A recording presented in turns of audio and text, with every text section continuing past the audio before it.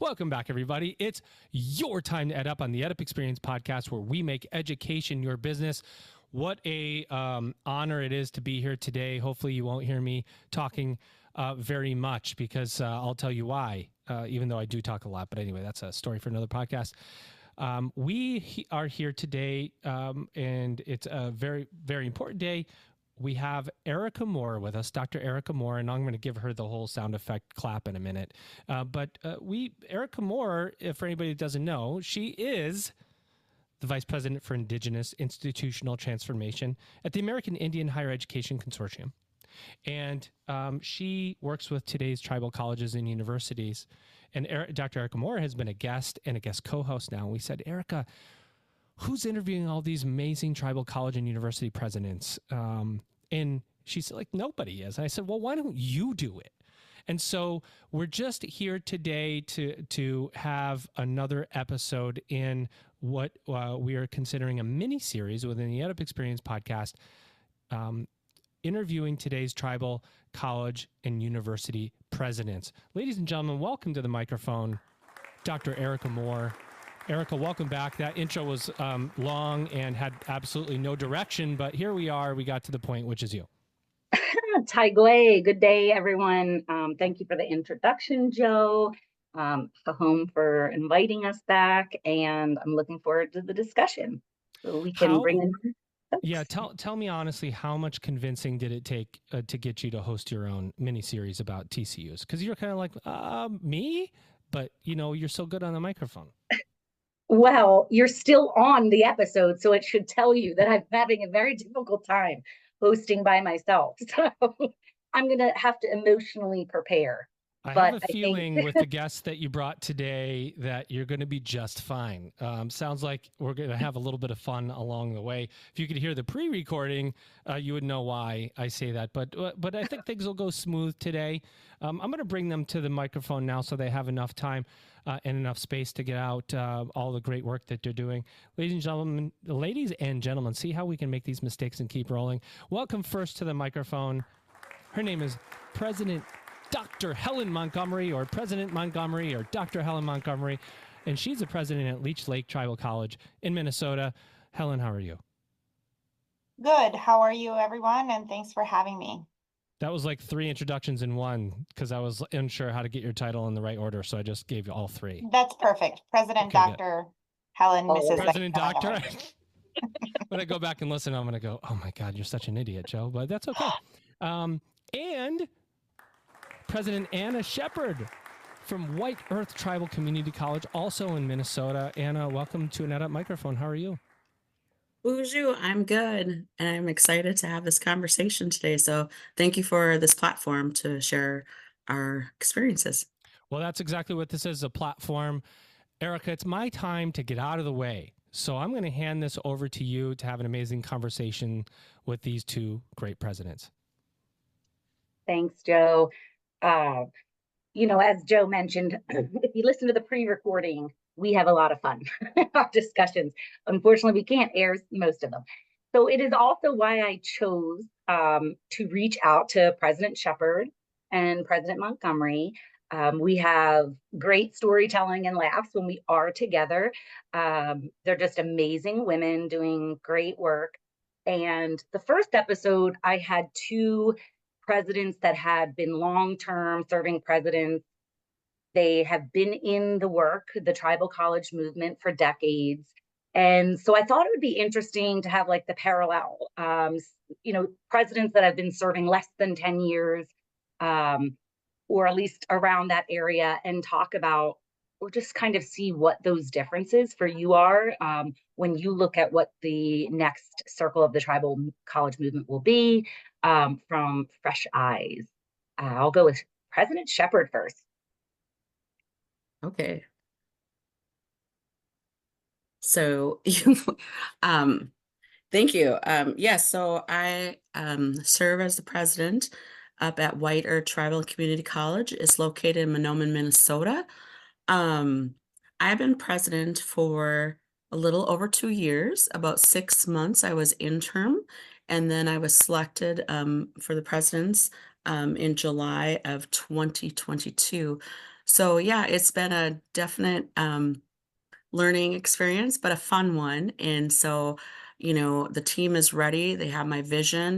The president's cabinet supports me. And so we just move quickly and forward. So we're excited with all the possible changes. One of the things that is a huge push for us is we want to get our AA 100% online. And so that's going to be a huge one. And so, plus, we have our great big HLC accreditation happening here this upcoming fall. So, we're going to try to juggle all that together. So, yeah, and we have some other things that we're working on too, working with our LEAs and getting college and the high school, even though we know the concurrent enrollment. But if I say college and the high school, everyone knows what I'm talking about. Right. So we're excited. We're possibly going to get 2 LEAs involved with that one. We already have a lot of students coming in with PSEOs. And so now that we're exploring that concurrent enrollment, we actually have a couple schools who are reaching out to us and wanting to have that initial conversation to see what we can do and have that option. And then vice versa, once we get to 100% online, we can look at maybe doing some distance education for some of those courses that wouldn't have the full, 20 plus students, that we could partner these LEAs to work together. And so, because we know out in the rural Minnesota, classes tend to be smaller. We're a small institution ourselves. Right now, our enrollment is 130 students, so we're having a little bit of an incline. And so we do anticipate once we get to that AA 100% online, that will help us. And so right now, too, we're part of the pilot program. I believe all Minnesota TCUs. And what they're doing is working with local high schools, and they have a list of institutions that they can look at for college, and they can select who they're interested. And so the last time we ran it, we had over 200 students who showed interest. Oh, But once wow. they reach out to us, yeah, so once they find out, that they are excited, but housing is an issue for us. And so, that goes from students to faculty, staff. And so it's just one of those things. And so we tend to be more of a commuter campus. Last time I ran that, about 70% are coming from one town or more away. And Wow. out of that 70%, half is coming 30 plus miles away. And students mimic the same thing. Even our reservation, we're located in White Earth. We are the largest reservation in Minnesota. So just to go from our village in Monoman over to Pine Point in good roads, it's going to take you about an hour and a half, Oh, goodness. um, and we know it's not good roads right now. So going to take you a little bit longer to do that. So yeah, so that's just it in a nutshell. And I know you'll probably want to ask me more questions. And so, yeah. I have so many, but first I want to make sure to let you know that you should reach out to my team with AHAC to support you through your audit or review with accreditation. We can support.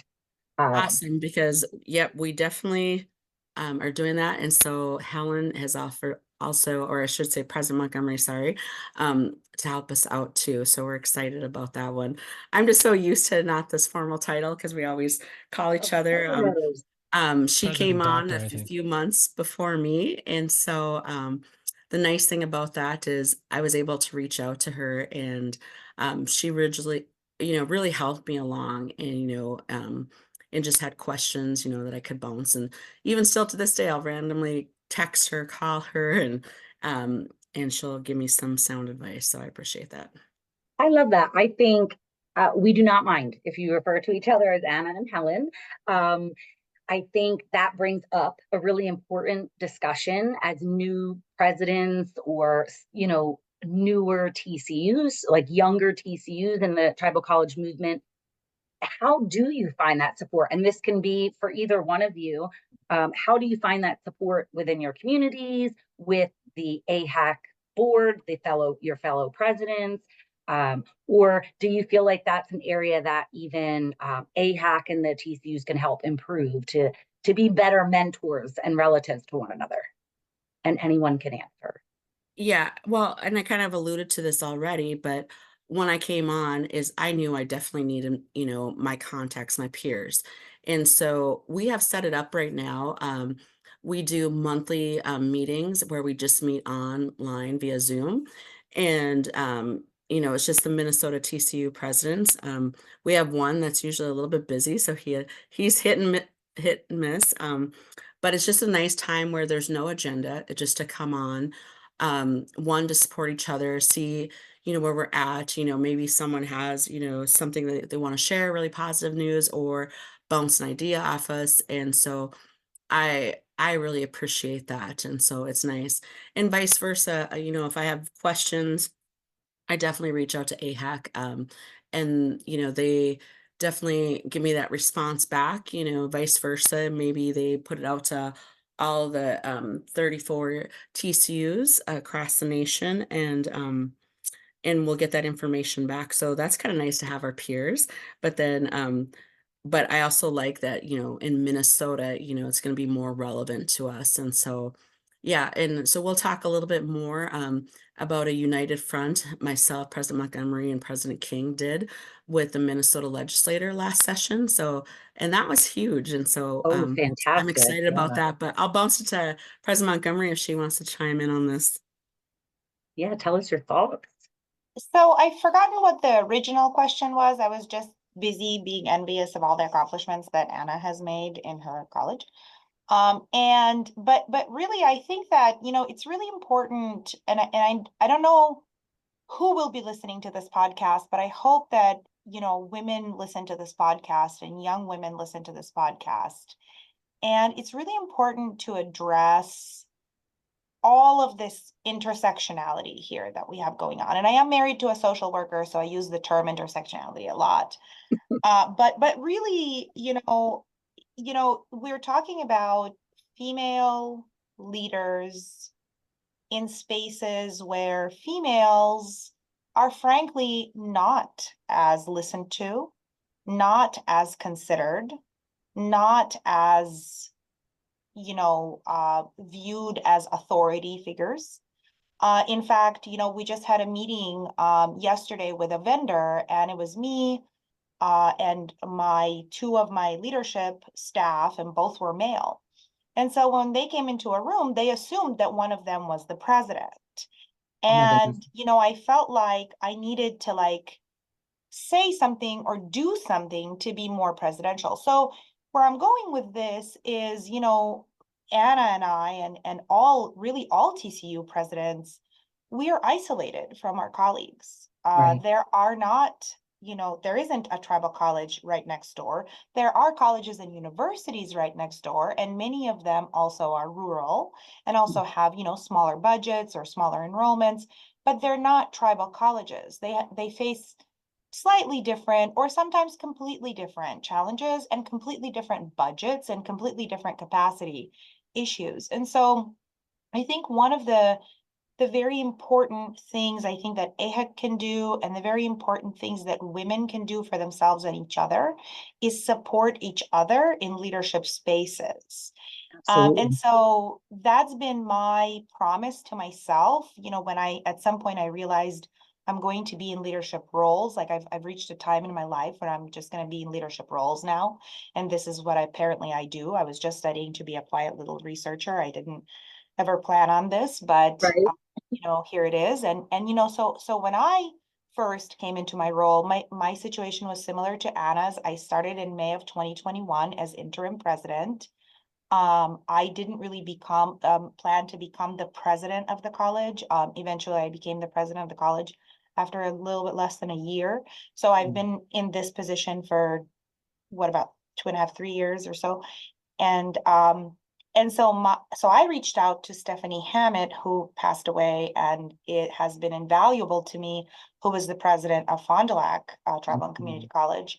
And I remember I reached out to her in a complete freak out because I didn't really understand our budget, and it's not that I don't understand budgets. I do like money, and I like, even looking at my checkbook and balancing it. But I didn't, a $4 million budget. I didn't, I was just so scared. And so she walked me through it. She took the hour or whatever it took out of her life. And so again, when Anna reached out to me in a similar situation, not about budgets, Anna's great with budgets, by the way. But about something, I knew that, I have to support this woman in a leadership position because I know what it feels like. So I really hope that, even if one or two people hear this, the message that I have for women in leadership is we have to support each other in these spaces. We cannot tear each other down. We cannot present not a united front. We have to support each other in these leadership spaces. And I'm not downplaying the role of men in leadership. I've had wonderful male mentors, but I think that female leaders understand the daunting feeling of walking as a leader into a male space. And I think that, being the leader of a tribal college and being so remote and so isolated from colleagues and peers, essentially, is difficult. I'm hoping that AHEC will also develop, and I know AHEC does have, and also will continue to develop more support mechanisms for presidents in general, for new presidents, because tribal colleges tend to have a little bit of a higher uptick in leadership rollover, but also specifically for female presidents as well. So that's kind of my hope, as we move into the future, and I move into my role. And I know we're going to talk, probably going to touch on kind of the next iteration of AHEC. And so, so I thought I'd put that out there. Yeah, that was excellent. I think, well, you brought up many important things, but I think one thing that you said, it doesn't mean that we don't value our male counterparts or colleagues, right? I don't think it has to be either or, but I think it is really important we understand the historical context. We know that statistically speaking, tribal governments, typically male dominated, boards over our colleges are often male dominated. The states and the federal governments that we have to work with are often male dominated. So it sounds, President Montgomery and President Shepherd, as brand new presidents, you have not only experienced just sort of that like lateral oppression that a woman would feel in the higher education systems, but there's also this uniqueness to tribal colleges that you also will have to work with a tribal government, a state government, and a federal government. And so on top of the intersectionality of gender, how do you feel that your engagement or relationships with the tribal and state have played into your successes within your communities or at your tribal colleges? And AHEC focuses on federal. So I want to just kind of get your perspective, especially coming from Minnesota. There's so many things, so many changes going on within the higher education system in Minnesota. So any perspective you have on working with a tribal government that charters your institutions and or the state that impact your day-to-day work?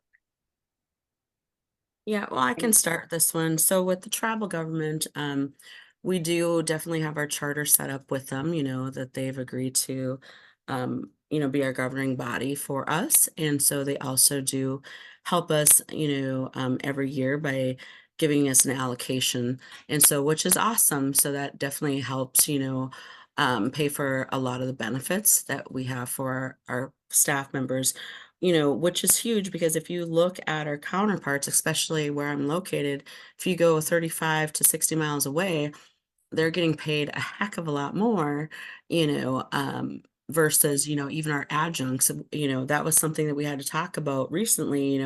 We didn't have it budgeted, but we knew we had to up that because we knew that we were competing with some of those, even though they live in our community, they're willing to travel to go to them. So that's always, kind of, hard. And so when you look at our charter, it says that, that we will meet with them yearly, but we actually meet more often. We do quarterly.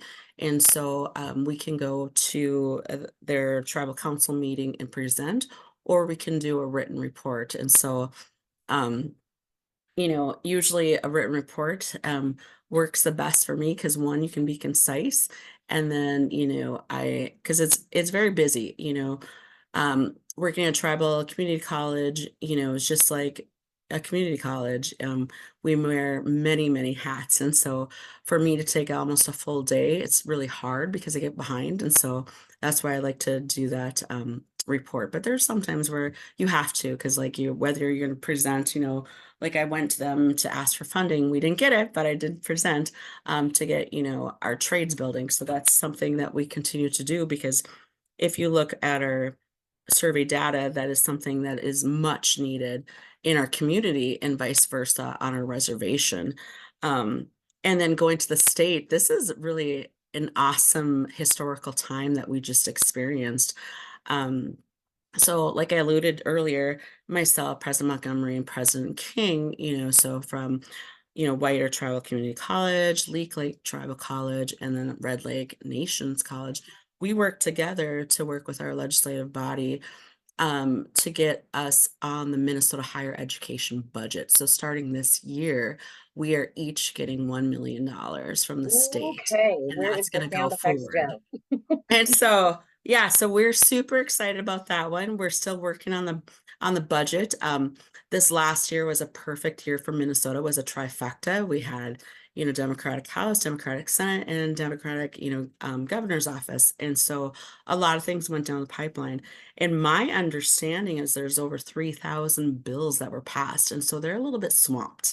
And so we just got notice, I think it was in October, November, it was supposed to be implemented July.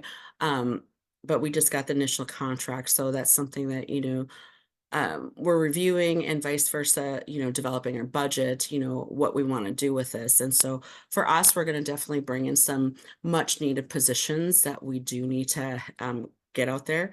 And then some of our positions that aren't full-time, we're going to be moving to a full-time status. So there are some definite things that I'm excited about. And so for us, it's just learning how to navigate and, report what they need and just continue to have those really positive relationships. And so for myself, I've worked in other roles where I've had to do that same thing. I used to be a 5th and 6th grade teacher at a Minnesota institution, but it was also a special language, but they're also working with the tribal government. So it's kind of an interesting mix. And so every job I've been in, you've had to have some kind of, interesting mix, balancing act. So for me, this is just a natural fit. So, yeah, I am excited about that. So, yeah, Well, so that's you, how you were, I work with you them. were. I love that you all worked together on that, the tribal colleges within that state.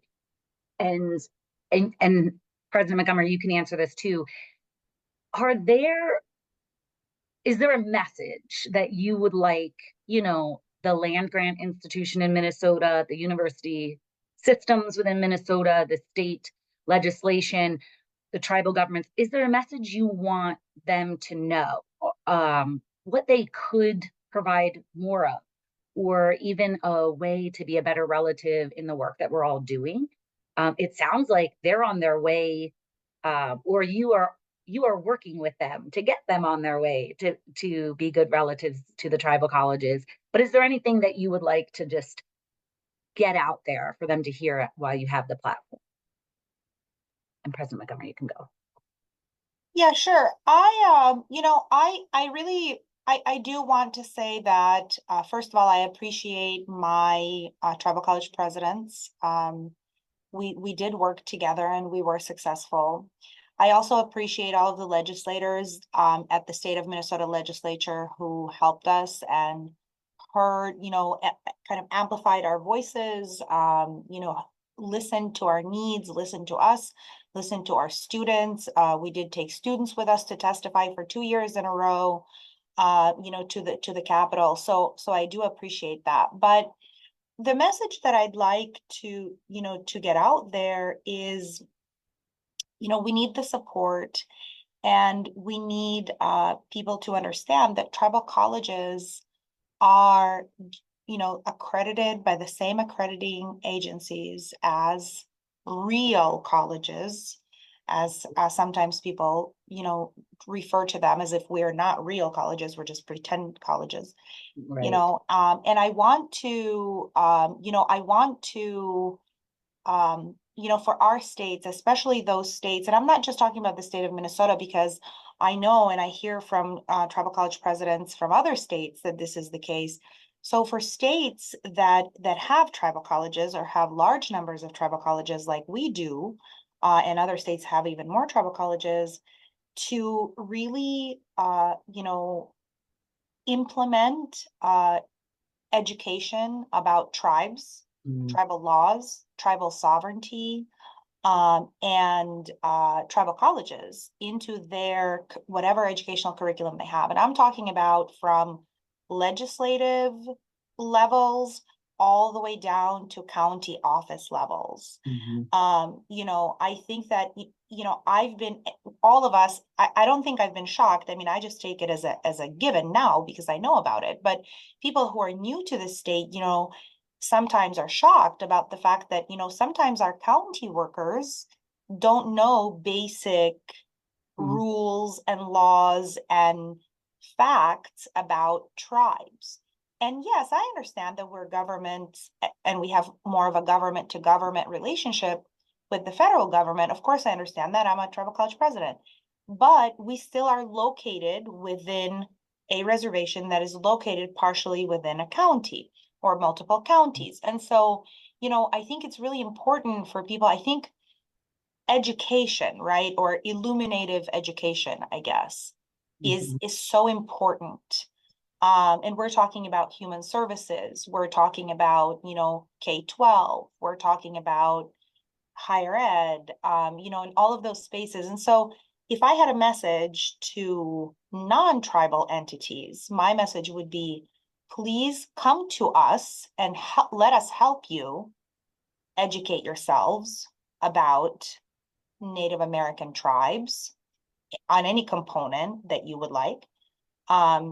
Or please get somebody to educate you about, things like sovereignty and laws and regulations that are concerning our people.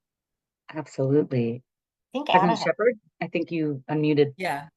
No, I totally agree with where she's coming from because, one of the things that I really appreciate about, TCUs, tribal colleges and universities, is that we embed our culture and language right into our AA program. That is at our highest degree at our institution. And so one of the things, that I've done is not only reached out to my peers in the TCU realm, but also my peers in other institutions. And so I have them also on standby so I can contact them. But yeah, so I'm actually going to be meeting with a chancellor here. I think it's next month for Minnesota State University Systems, which is huge because they have 32 universities and community colleges across the state. So I'm excited about that. We also have a really good relationship, with a higher level at the student services level. So we're looking at articulation agreements. We also have been reached out across the border. So North Dakota State University is actually bringing in some staff members, deans to come tour our college and see what we can do, maybe partner on some research, grants. We have another private institution. They're on their second president since I've been there because one just retired and the new one came on. So both of them have been at my institution, but that's from Concordia College too in Moorhead. But they're really big on supporting their alma maters. And so that is my institution where I went to. So that's really nice. And so one of the things that we're exploring and then possibly exploring also with another TCU, which would be President Montgomery's, because we just don't have the numbers to have a trio standalone program. And so we're looking at, partnering with another TCU, but also partnering with another institution where they can do all the PI work, and the reporting and delegation. We can just receive the nice benefits of it. And so, because yeah, I've worked in trio world and, I find so many positive things. So especially when my students are looking at going on and getting their bachelor's or higher, I'll look at where they're going to school. And if they have a trio program, hook them up. So that way they continue to get those services. So, there are just so many good things, but yeah, so, definitely, just make sure that you're working. So one of the things I'm excited about too in Minnesota, They just passed it. Now it's all teachers that are licensed in K-12. They must have a diversity element to their licensure. And so I think that's where we can come in as a TCU, because I know I've been preaching this to my cabinet. This is our niche. Who's better to teach that than us? And then, we can get that information out there. And then fast forward, I think it's in 25, 26, the school districts, starting with K through 12, has a requirement that their students must also have a diversity element before they graduate. So again, the conversations I'm already having with LEAs, I'm already telling them that, hey, this is coming down the pipeline. We're willing to work with you. We have this college and the high school. You're going to have to meet all these elements. We're going to be set ready. We're going to be set to go on that. So, yeah. So like I said, I'm, telling the cabinet, these are coming down the pipelines. We have to watch about these. And so I do think the state is really trying to make it better. But, going back to even the curriculum, some of the things that they just have to teach is, continue to do what they're doing, but also embed the indigenous culture in there. And I know a lot of schools, will acknowledge that they're on indigenous land, but we need to do more than just that. We need to make sure that people are taught. Like myself, I learned about boarding schools, different things. But I know some of my friends who are Indigenous didn't know about that because it wasn't taught in the K-12 system. And so when I worked in Head Start, I made a point to get that material. So books that were age appropriate, so we could start to introduce that history, because we need to know our history so we don't continue to make those same mistakes that happened, in previous generations, and to recognize if something does happen like that, we can stop it and make better choices. So I love both of your responses. I think what happened here is that we created this theme of education on this education podcast, right? Like, how are we educating ourselves, our state, our communities? I think President Montgomery hit on something really, really important. The amount of individuals within a state that have 5 or more tribes and they do not know where they are, who they are, or never stepped foot within that territory is shocking to me. And we've had so many individuals across this, work ask, can we come? Almost if there's going to be a gate right up at the tribe when you try to walk in and we won't let you in. And I think that goes back to what President Montgomery's saying, like, what are we doing to educate folks? And what are our partners in this work doing to educate themselves and other folks so that we aren't the ones burdened with the responsibility to educate everyone else on how to engage appropriately or ethically with our community. So I'm glad that you brought this back to the educational piece. I then like how President Shepherd, you focused on the successes you're having within this state, which can really, really highlight how other states could emulate this work and being responsive with tribal communities. But you also mentioned students. I'm going to pivot really quickly. We focused on sort of the institutional level of what you are all experiencing as presidents and some of the obstacles. But I wanted to give you time before the end of the podcast to share out the positive. Like, what is going on your campus that's just really exciting that you want someone to know, or a student and their work that you want to highlight, or something that you just accomplished and you want the world to know about your student?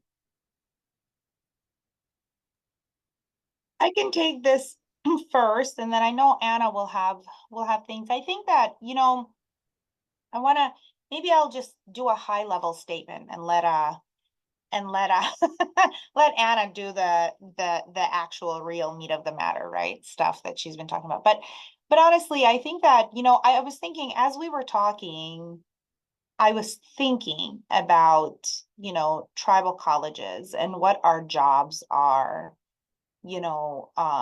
and it's so, I think people don't realize, and this goes back to me, saying, like, sometimes people are like, well, these are real colleges and these are tribal colleges. And I don't think people realize that the work that we do is so much more than real college or, non-tribal college does, right? The work that we do involves educating young people or people from our community and kind of from the community service area, the area around the community. That a lot of our students, are about 8.4% of our students, are non-native for us. I don't know what Anna's percentage is, but we run, most tribal colleges run between 15 and 2%, somewhere in there, right? So we're educating people not only how to connect with their identity, connect with their culture, connect with their spirituality, because not all of them know how to do that. And that comes from years of historical trauma and years of separation of people from their identity, from their land, from their place. So that's a job that we have.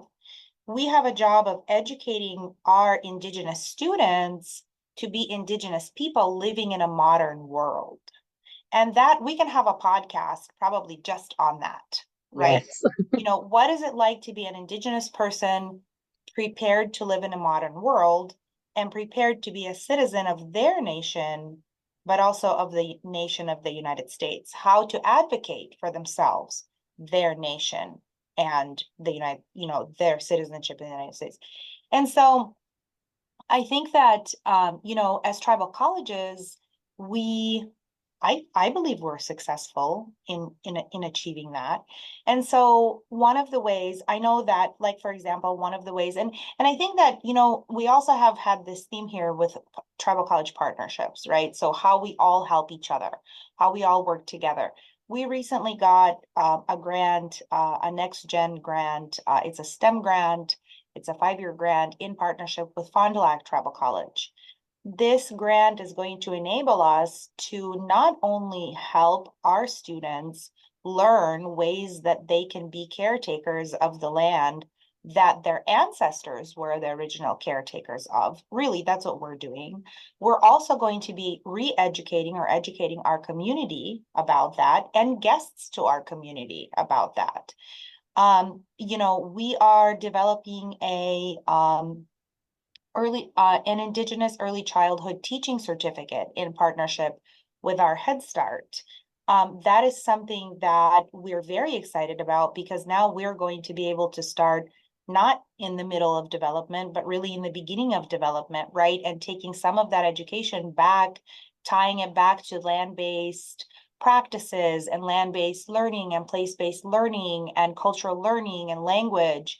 We are developing I don't know that any other institutions have it. I don't want to say it's first of its kind because somebody else might have it, but I don't think so. We're developing an associate's degree right now in Ojibwe language and teaching Ojibwe language in other spaces. So that's a huge thing for us, right? Talk about being an Indigenous person living in a modern world. Now we have we will have an accredited degree teaching an Indigenous language, or in Indigenous language and in teaching Indigenous language. I mean, that's super exciting, so these are ways that we are, not only preparing our students to be citizens, again, of multiple nations, as all Native American people are, but also we're preparing our students to be advocates and nation builders, right?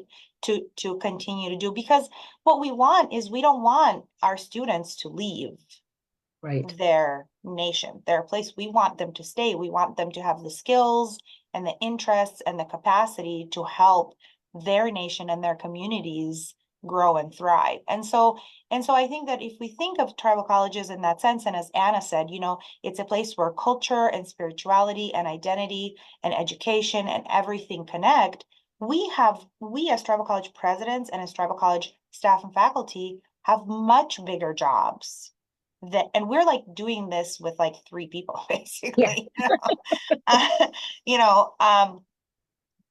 So I think that's kind of the awesomeness and the challenge of tribal colleges. And it's difficult to ask for help. It's never easy to ask for help. But we have to be able to ask for help, as we did, from the state, from the federal. We're going, here in a couple of weeks, we're going to travel to Washington, DC, and we're going to bring our students, and we're going to teach our students to advocate for themselves and for their communities. And that's a huge thing for us to do, because then they can teach their kids and their relatives about that. So I think that, we do a great job, and I think that it's a really multi-layered and complex job that we do as tribal colleges. I really wouldn't want to be anywhere else other than a tribal college, but sometimes it's a complicated and challenging thing to be to do this work. I loved how you articulated that message so simply, but so passionately, breaking down how we have to, as they refer, walk into world. So I loved that. President Shepard, do you want to wrap this question up for us? Sure. So we're a little bit different. We're probably around, I would say, 20 to 25% are non-Indigenous, for our student population. Oops, I'm supposed to be a statistician. How dare you? That was my emphasis in my dissertation. Sorry. And so, yeah, no worries. So one of the things that, I think is awesome is like President Montgomery said, she said, that we have the same accreditation as our peers in the state. We have to, meet the same criteria. Like I said, we have them coming this fall for a big accreditation, so, we're preparing for that and getting that ready. But one of the things that I think is really neat is that, we open it up to all students. So we purposely in our name will say tribal and community college.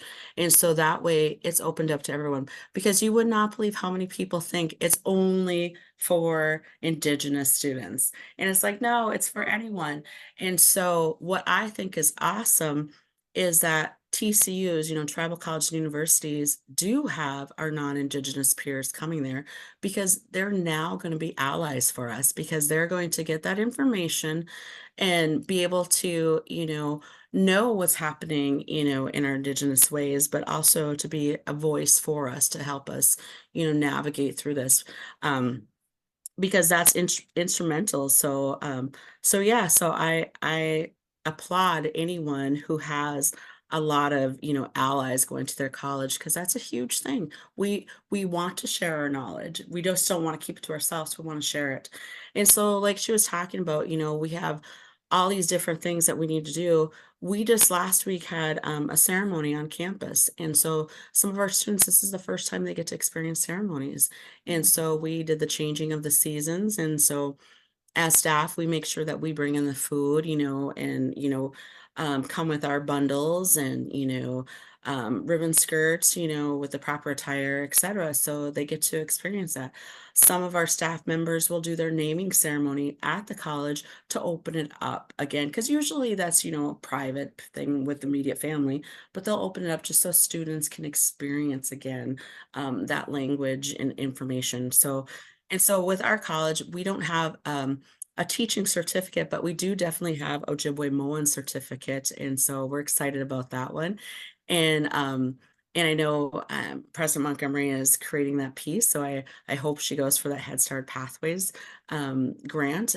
We do have that currently right now. So we're educating all of our Head Start teachers, or those who want to go into that field to help them with that navigation. But yeah, it is so imperative, to look at the educational realm, from even pregnant moms, getting that information out, because a lot of times people don't realize that the learning is already occurring, from the music that you're listening to, the books, how you talk. You don't want to be in an environment where it's, a lot of negative things, because that has a huge impact on that child. So yeah, so there's a lot of education pieces. So yeah, I'm excited that they're also moving into that venue. So going back to that question about some of the things. So yeah, I purposely wore this shirt, and I've got to unbutton it here. But one of my current students, she's also going to be going out with me to DC. She made this, so WETCC, and wrote our full name across it. So I was super excited because she came and gifted that to me. And so I was like, yes, I will wear this. And so she wanted me to have that. And yeah, she does different things, makes tumblers and but yeah, so she's excited to come out there, share her story of why we need TCUs and then to talk about the ask. So this is their first time getting to do that information. So, they're being stepped into a leadership role too, as, as a younger student, to have that experience and then, you know, to talk with us too. We're very real. Even on campus, I don't think I ever get referred to as President Shepherd. It's always my first name. And so, yeah, so that's fun. And so I just went into a class and shared and talked about vision boards because it's our first year experience course. And so they're talking about that one because that was an interesting story. The faculty came into my office and she was just, talking, about the issue that she had, wanted to address. And then she happened to look around. She's like, "Is that a vision board over there?" I'm like, "Yes, that's my vision board." And so, from that, that spurred like, we have, a unit on that. Would you be willing to come talk about that? So I'm like, yes. And so one of the other things that we are doing too, so I'm super excited, is Strengths Quest or Strength Finders. And we're going to be implementing that. So we're actually going to send one of our deans out to become a trainer. And so that Hey. way we will take, this information because what I like about that is I'm not sure how many of you've heard about this program, but basically you have the psychologist who kind of had, kind of a paradigm shift, and he wanted to look at these Fortune 500 companies and find out what traits do they possess that are similar. And so from that, he came up with this survey, and this survey you can do very quickly, and it'll identify what your top 5 talents are. And so if you focus on those talents, they will now become your strengths. And Mm, so that's kind of a huge shift because how many times have you heard, especially going back to your childhood, like practice makes perfect. You got to yeah. keep doing that. Even you're not good at this. Let's keep pushing and pushing and pushing. And so this kind of changes that whole mindset and saying, you know what? We know that that's not your strength. That's not in your wheelhouse, but who do you know that is? Who can you partner to help you with that task at hand? Um, and then vice versa. Now that you know your top 5 talent things are, let's make them these huge, bright, shining stars. So that becomes your area of dominance and where you're really going to just take off and shine in. So I'm excited about that piece. And so, and then with that, we are going to have our students start to become mentors to other students. So that's going to be a huge shift. And so the other thing that we're looking at trying to create is bringing in elders. And so have them become mentors also for our students because we know students, have that respect and will listen to them. Just like with our student senate, we brought in an elder and she brought in a talking stick and, got them to navigate and work successfully. So, and it's just so imperative because, they are our first teachers. That's where we learn. And so we got to acknowledge that and, bring them in and just be that cohesive piece. And like Helen was alluding to, we wear so many more hats because yes, we have to do the education component, but we also have to meet the needs of the students of where they're at. And so our student body looks very different than our peers.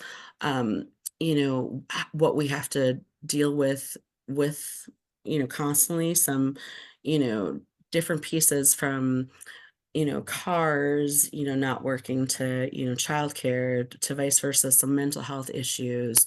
Um, our average students is around 32 to 34, right in that age range. So a lot of them have children, or vice versa. They're aunties and uncles, and they're now taking care of others. They might be taking care of their parents or their grandparents. So we have a lot more different complexities and issues that we have to take into it. And vice versa, one of our faculty members gets called a lot to, preside, with funerals and different ceremonies. So we have to be very understanding too. And, the students in this class know that that's also a role that he has to do. And so again, it's a teachable moment, but they get to do that and share that. So yeah, so those are some things and that we definitely have coming down with the students. And so I'm excited to bring them out to DC too. So, and then also for them just to meet other TCU students. So they love that. They come back excited, like, oh, did you hear about this TCU, what they're doing? And we should do that. And so it's always kind of a thing where they get fired up. So yeah. That is excellent. I feel like you are all change makers in your community and you're cultivating an environment where your students will one day be those change makers. Very cyclical. You know, we often hear the seventh generation, not for just us. We're doing it all for those that will come after us. So I think you're doing important work. And I really appreciate that you came and spoke with us today. Joe, I don't know if you wanted to say goodbye to the ladies as well. Oh, I would love to say goodbye. You guys, it was amazing to listen to this. I was going to interrupt, but I was like, it's so terrible if I interrupt because the conversation was so good between the three of you. Let's just give a hand to our host of this mini series, focusing on tribal colleges and universities, Dr. Erica Moore. Erica, I think you're a pro. I think you've done this enough times now. We have to consider you a pro. No. Well, ladies and gentlemen, thank you so much. Our guests today, we have Anna Shepard. She's the president of White Earth Tribal Community College. And Dr. Helen Montgomery, she's the president of Leech Lake Tribal College in Minnesota. Ladies, we hope you had a great time on the podcast today, listening and learning from each other. What an honor it is to use this platform to highlight today's colleges, tribal colleges and universities. So thank you for being a part of it. Yes, thank you. I'm super excited just to share that information out there. So yeah, so Gigawabaman. Yes, thanks, Joe, and thanks, Erica and Anna. Thanks for pulling me into this. And Joe, as a tribal college president, I became interested in tribal law. So I am thinking about going to law school. So next time you see me, I will be President Dr. Helen Montgomery Esquire. So add it into that title, Joe. That introduction. We're gonna introduce you 7 ways from Sunday, literally. Exactly. You just put the whole alphabet up there. Yes. But thank you so much for this opportunity, and thank you for presenting us at the forum to talk about this. I feel like we came up with at least 3 more podcast topics that we can spin out into an hour. But thanks again. Thank you so much. Talk to the boss, Dr. Erica Moore, she's got control of this mini series, so she can do as many of these as she wants, we decided. So with that, ladies and gentlemen, you've just EdUp'd